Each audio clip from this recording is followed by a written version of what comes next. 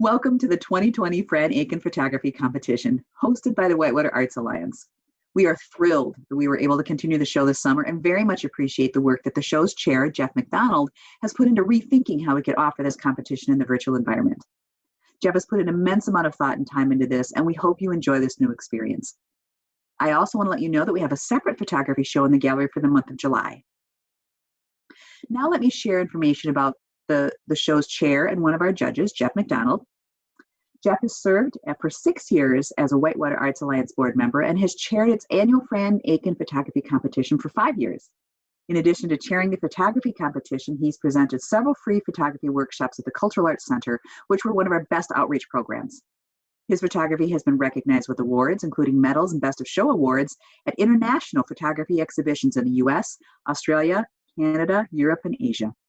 His photographic interests include black and white, long exposure, landscape, architecture, street, and still life photography. Our second judge, Gerald Emmerich Jr., is the 2017 recipient of the Photographic Society of America's Lifetime Achievement Award. His volunteer positions with PSA are far too numerous to list, but they include serving on the national board a number of years and having served as a PSA secretary and member of the executive and finance committees.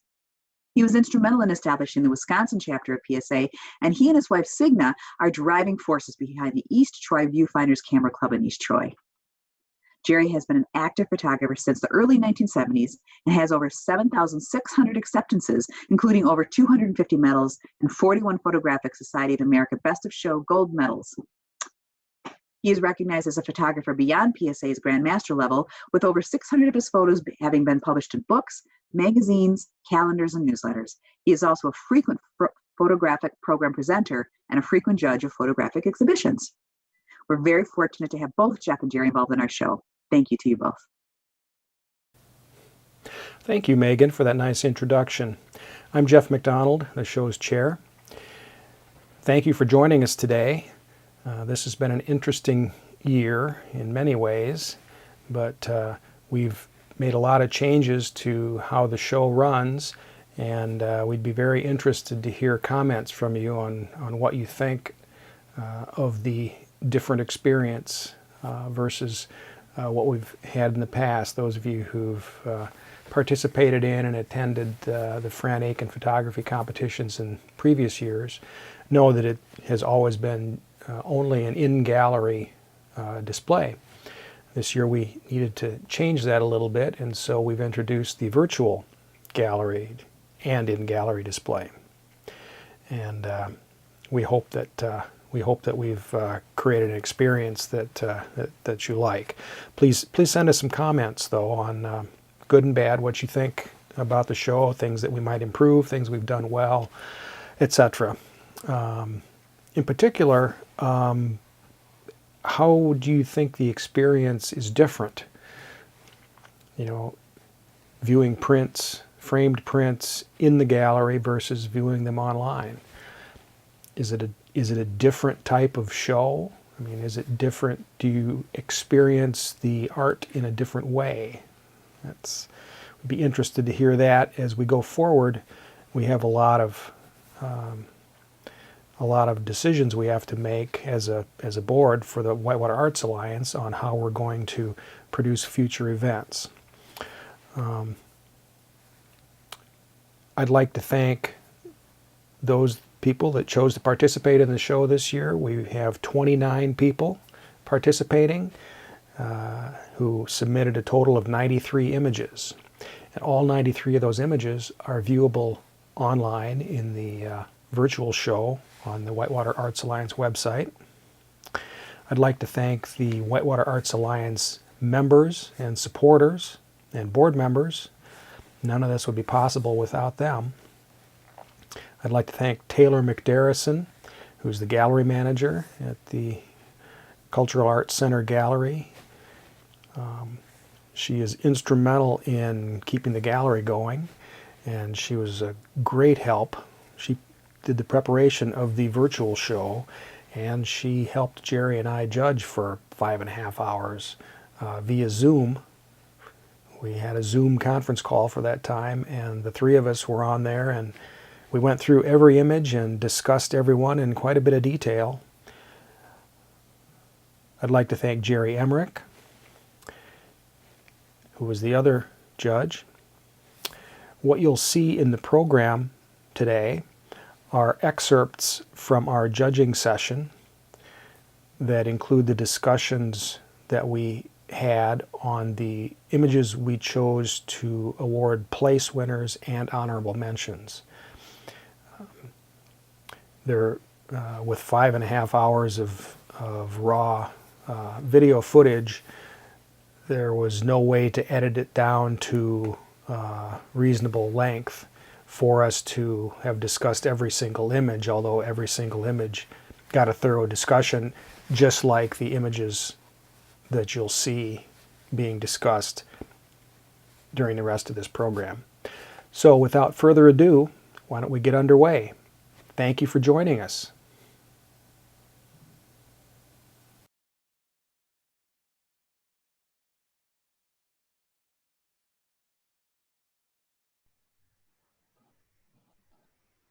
And this is a nice close-up of the grasshopper. I like the location of the grasshopper in the frame. I don't like particularly the bright spot, the bright sun-reflected blade of grass on the right side, and probably the just a small bright spot on the upper left could have been cropped out as well. I might have also just cropped a little off the top and a little off the left and bottom and right all the way around to call the viewer's attention to the grasshopper a little bit more. Just get a little closer up by cropping. Looks like the photo is sharply focused enough that it could bear a little bit of cropping without the image quality suffering. I would agree. I like the softening of the background, the softer focus of the background, the nice contrast to the sharp focus on the insect. I agree on the cropping. I would take some of the top and I'd take some of the right. I would leave most of the area on the left to keep the negative space in front of the grasshopper.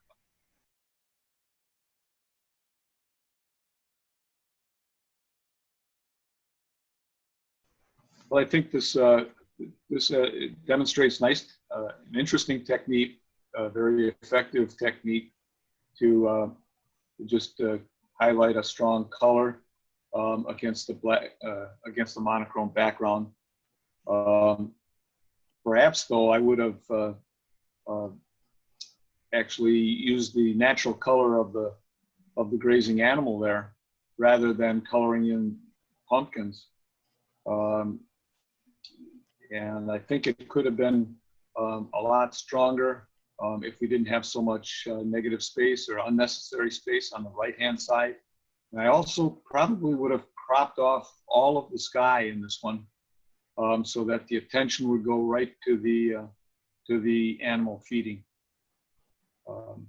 So crop the top, crop the right, and I think I would rather see the nice gradations of browns in the natural fur color than the orange.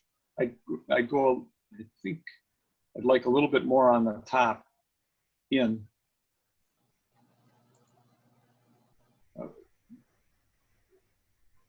Although the signs back there, it's hard to say, but I think you can't get, boy, those.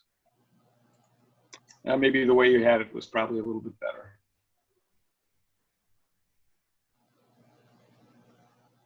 Either that, or you might consider doing a 5-4 instead of a 3-2 crop on it, and take off that hay feeder in the back behind the animal, and there's a pine tree just straight behind that. I would keep a good chunk of that pine tree, but take off everything to the right. They're somewhere in there, and maybe take a little bit of the sky out of there, maybe all of the sky out of there. I don't think there's any getting rid of those signs and the way that. That's nice. I would come down just a little bit. Don't need that little bright blip of the sky in the upper right. Right. Yeah.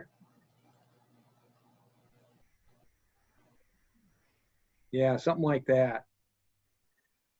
I think that strengthens the image. I think I like the I like the stylistic approach, and I agree there may be another recipe for making the animal stronger in the scene, but it's an interesting concept. At this stage of the game, I think our crop they're keeping in the lower part of that pine tree and feeding station in the back, and using the 4x5 slightly vertical format is the best way to improve the image.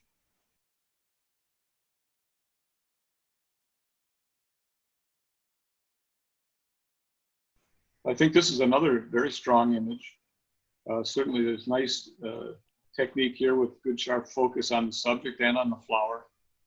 And I think the cropping is pretty good here. It's clearly either because of necessity or intent, the photographer here has quite clearly decided to crop the wings. Since he's already gone this far, I would have cropped ever so slightly on the left to get rid of that yellow blip, and then I would have come down across the top and got rid of the sky that shows through, and would reinforce the idea that the photographer wanted to crop the wings and the left side of the dragonfly. I agree with all that, and as the image was presented, the top section is really a distraction because of the brightest area in the image. So taking it out of there with the crop that you suggested, I think is the way to go. And I also agree the wings are already cropped, and cropping them tighter is not a problem, and it does put forth the point of view that it was intentional to crop them that way. The lower, I think the crop that you proposed, by cropping the wing, yeah, certainly on the left side, it also eliminates. I was just saying that the cropping on the left in particular helps the image a little bit because it does eliminate the most out of focus portion of the wing. True. Of the top wing. Yep.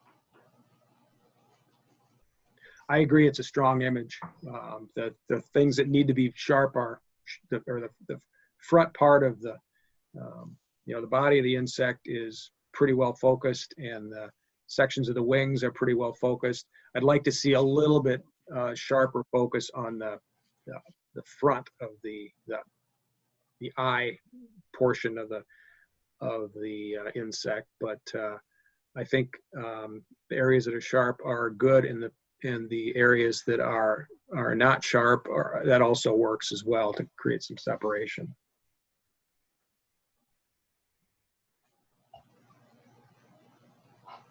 There's really nice color combination here too. Mm, yes, I agree.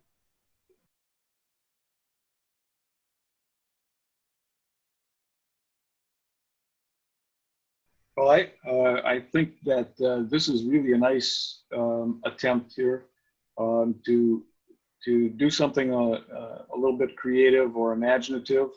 The use of the capturing of the flare of the sun by framing the setting sun or rising sun, whichever it is, with the neck and front legs of the cow make for an interesting image. I'm not sure that you need most of the left-hand side of the image. I would crop this into a vertical and crop it just to the right of that little bit of lens flare,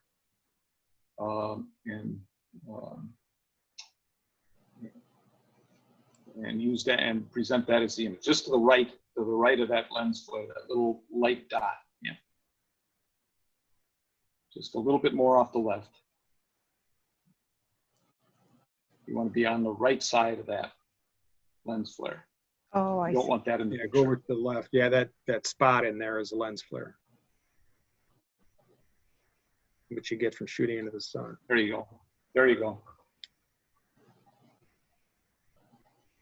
That crop really works for me. I thought that might be getting a little tight, but it really works because the nose of the cow really tracks on a diagonal down to the corner, and I think it puts the sun flare in a great spot.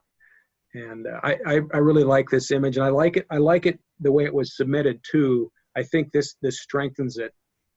I also like the colors. You know, it's a sunrise or sunset, and that kind of a gradient. It's not overdone on the color, and it's I just think it's a nice image. And that backlighting is nice. It really does highlight the lower part of the head and gives it a little bit of separation from the grass, and the very tip of the lower part of the mouth. The backlighting on the head there is very nice. And even though there's Nice still some lens Good flare eye. on the lower right, I mean the sunburst is obviously is a lens flare effect, but there's some other lens flare in front of the lower legs of the animal, but that doesn't bother me. I think that just that reduction in contrast works for me.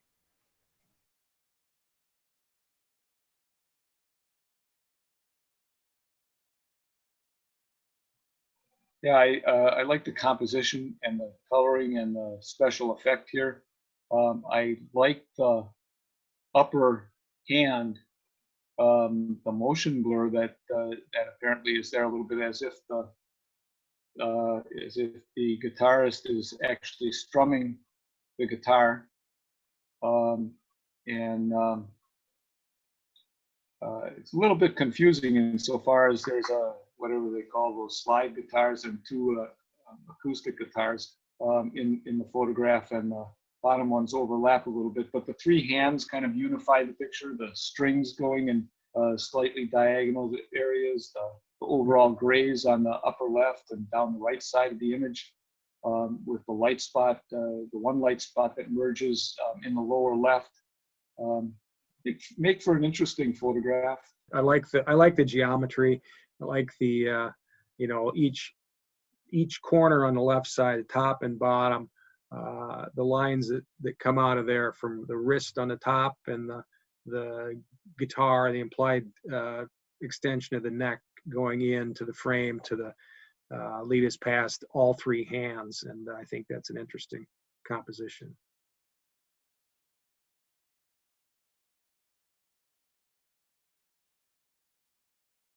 Another image that tells kind of a nice story. The sister looks like a nun, engaging with the photographer. I think the height is a little great on a little too much on this image, and I think it could also benefit from cropping out part of the sky, which would bring more of the attention to the person. But I like the story that the image is telling. I crop a little bit from the right too. Yeah. There you go. Yeah, something like that. You know, it's too bad that the photographer didn't try a horizontal here. Maybe this might be an iPhone shot. It seems to me that this grab shot of the nun passing by on the bicycle. Yeah. But it's a great story and nice color. I also like the separation it's created by the white of her headgear against the green of the foliage behind her, as opposed to if she were straight against the sky. So that's a nice bit of contrast there.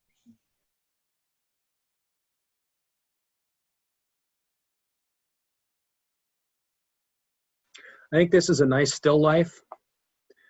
I think the exposure is pretty good. I think it's close. There's some specular highlights in here, but there's still nice texture retained in the paint and the cracks in the paint of the in there.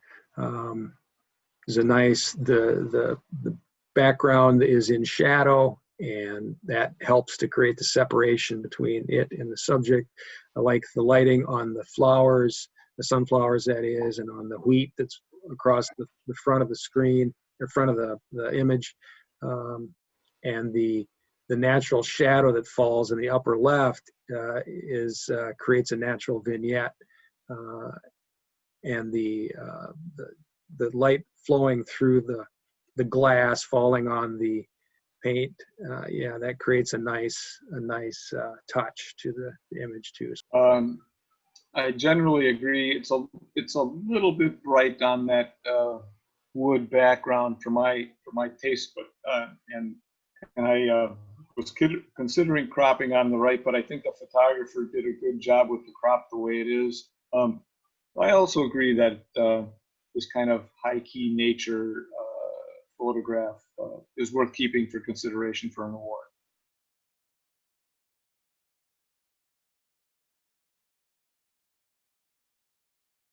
I like this image. It's a nice concept. It's obviously it's an interpretation, but I think it's a good one. The subjects, I mean, we're telling a story. The subject is pouring tea, I assume, into whatever, or some sort of a glass, and is engaged with that process. I think the placement of the subject is good, and the placement of there's a nice flow from the eyes of the person down, following the stream of the tea into the glass, and the glass is far enough in from the edge of the frame that I think it works well, and it also doesn't create the questions that would revolve around the person that's holding the glass. There's none of that person really shown, so it doesn't create the questions that you would ask about what else is there to the story. Yep, I agree completely.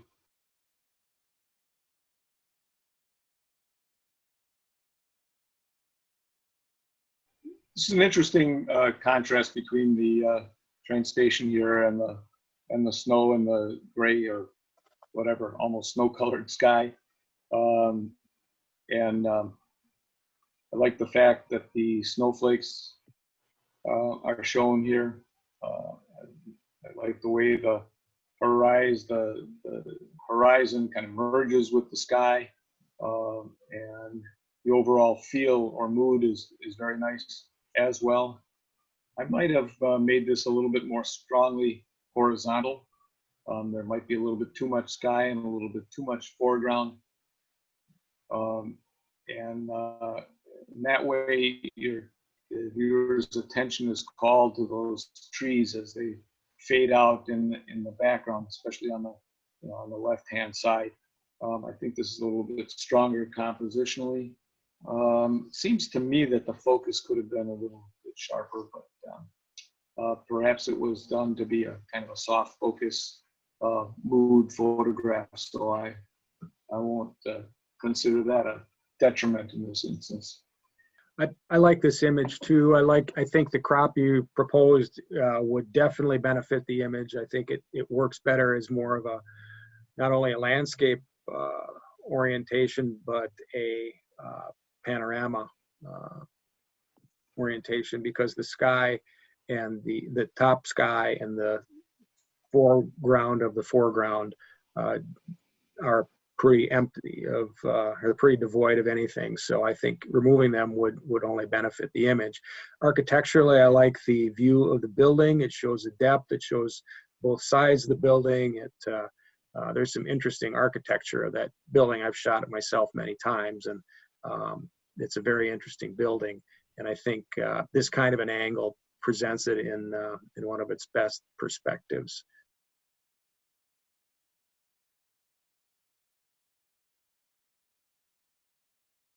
I like the story. And it tells the story in a good composition, with the gentleman, looking intently at his work, and it's good sharpness through the pot that he's working on, and across to his face. In a perfect world, I'd like to see his eyes, but that's just not the angle to see his eyes, and he's squinting a little bit too, but his beard is very sharp. The pottery that he's working on is nice and sharp in the areas that help tell the story. I'd like to crop just a slight amount off the left where there's the lighter colored gray peeking into the edge of the frame. I think that might help a little bit to focus things, but I do like this image because of the composition, the sharpness, the story it's telling, and the softness of the relative softness of the background wall there that's tapering off to the right behind him helps to create some separation. Kind of a nice shadow from the pot cast upon the wall too. Yeah, I think that's. I think the story here is strong, and I agree with all of Jeff's comments.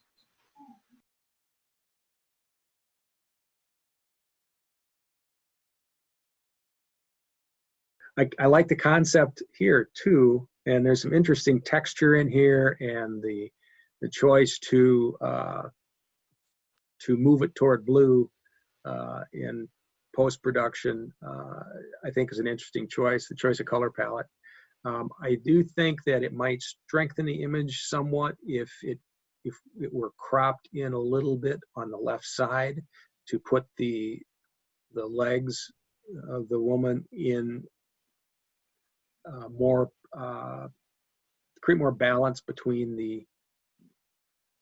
I think that the edge of the left edge of the frame takes up too much space, and that throws off the balance between the person and the wheel that we see there. So I think that to crop in from the left side in and just a smidgen on the bottom might help things a little bit.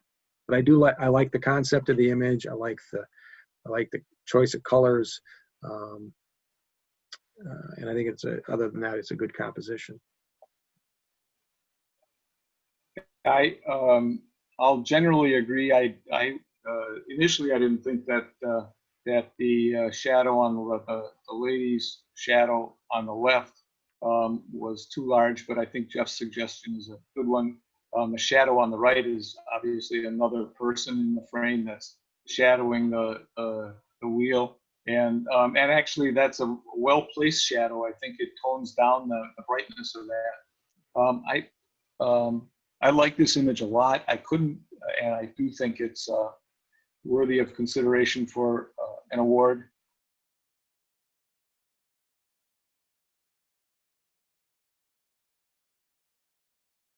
I think the composition on this is very nice. I like the way the fence line at the left kind of leads up towards the house. I like the fact that the branches on the left and the tree on the right don't merge with the roof line of the building.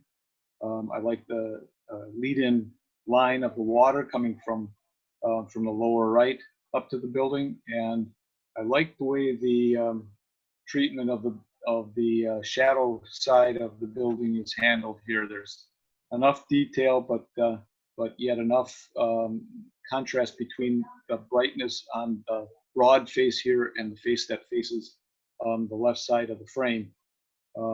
That's apparently in the sunlight or in the brighter light. The clouds are nicely complementary to the subject, and the overall feel is very good. I like the mood of the photograph as well. I like the sky. It's nice dodging and burning in the sky. It's well done, not overdone. Good sharpness and texture in the building, the brickwork of the building, and in the vegetation in the front of it. Very, very nice image.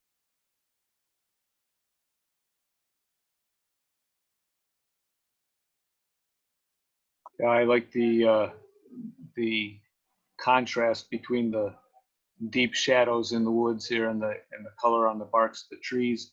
It's a very nice graphic representation.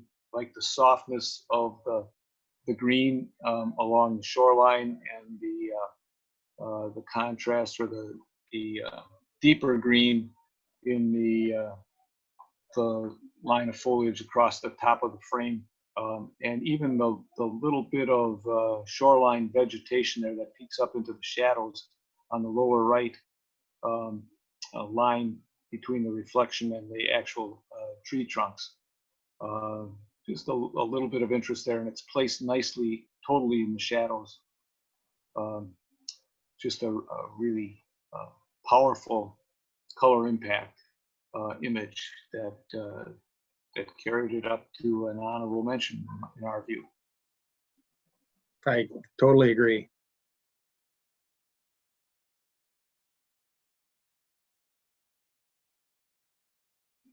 I like the sharpness of the eye and the beak and the head of the hummingbird. I like the shutter speed because it was able to keep that in focus, nicely in focus, and yet show motion blur with the wings. And the flower is nicely focused. I think it's nicely composed with the flower in the upper right section of the frame and the bird on a diagonal, aiming toward the flower. I think it's very nicely done. Yep, I agree.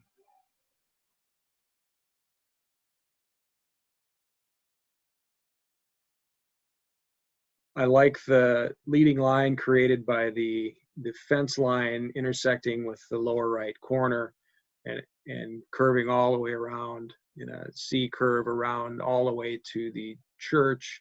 The pathway or roadway on the right starts on the right side and curves around. Also, the church almost seems to glow. The clouds are very nicely done. I think it's a nice black and white image, and the clouds show a lot of texture, but the texture has not been overdone. There's clearly a lot of dodging and burning in the work on the clouds, and I think it's done to very nice effect. I also like the way the cloud line goes over the top of the building in the background. I think it actually calls attention to that building as well, because the dark roof is up against a bright part of the sky. Mm-hmm. Just nice fortune there that the sky worked well with the skyline here, the church and the building in the background. Agreed.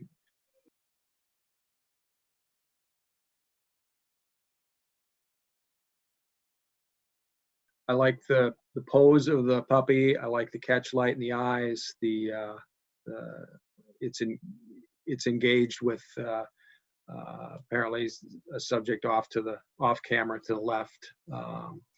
It seems engaged with whatever it's looking at. Nice detail in the fur. Good sharp.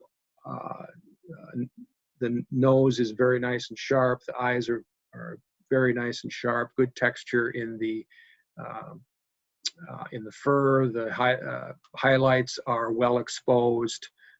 It's a nice use of texture as a background, and I think it's very well done. Overall, I think it's a very nice image. I'll second that.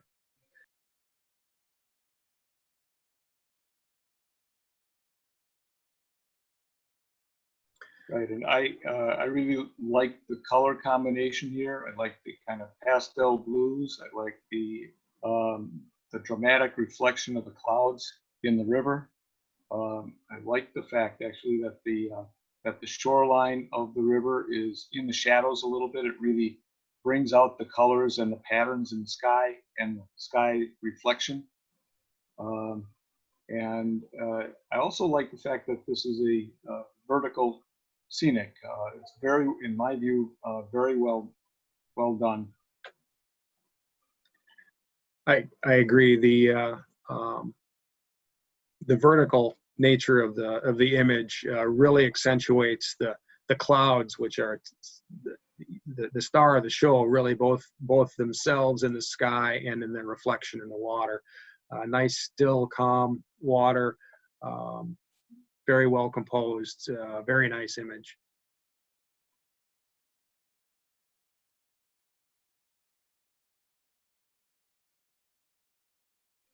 Yes, I think it's a very nice shot insofar as there's lots of detail in the shadow of the tower. The pigeons on the roof there are very well exposed and represented. The sky is dramatic, and it seems that the image is sharpened appropriately, so that the tower and the roof line just kind of jump off the screen. Um, Very nice image and certainly worthy of second place in our view. I also like the processing that was done to the cupola, softening some areas, reducing detail in a very artistic way, but maintaining sharpness at the same time.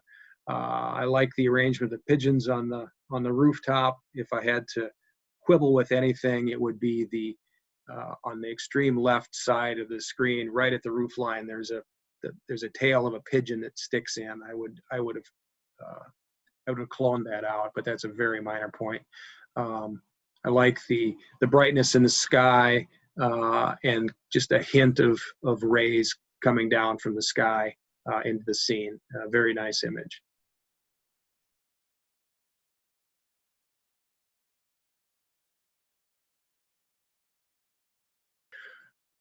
I like the fact that it's a very good use of a wide angle lens. The lens perspective created by in the hay bale in the front right area exaggerates the depth of the whole image. The leading lines in the rows of the crop that head all the way back to the bluff in the background just add a tremendous amount of depth to the image.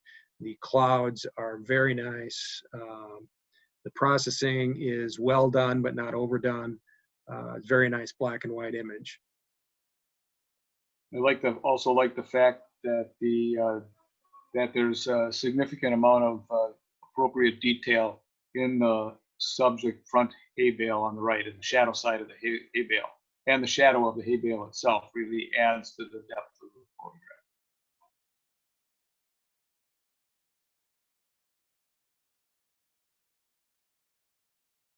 I like this one.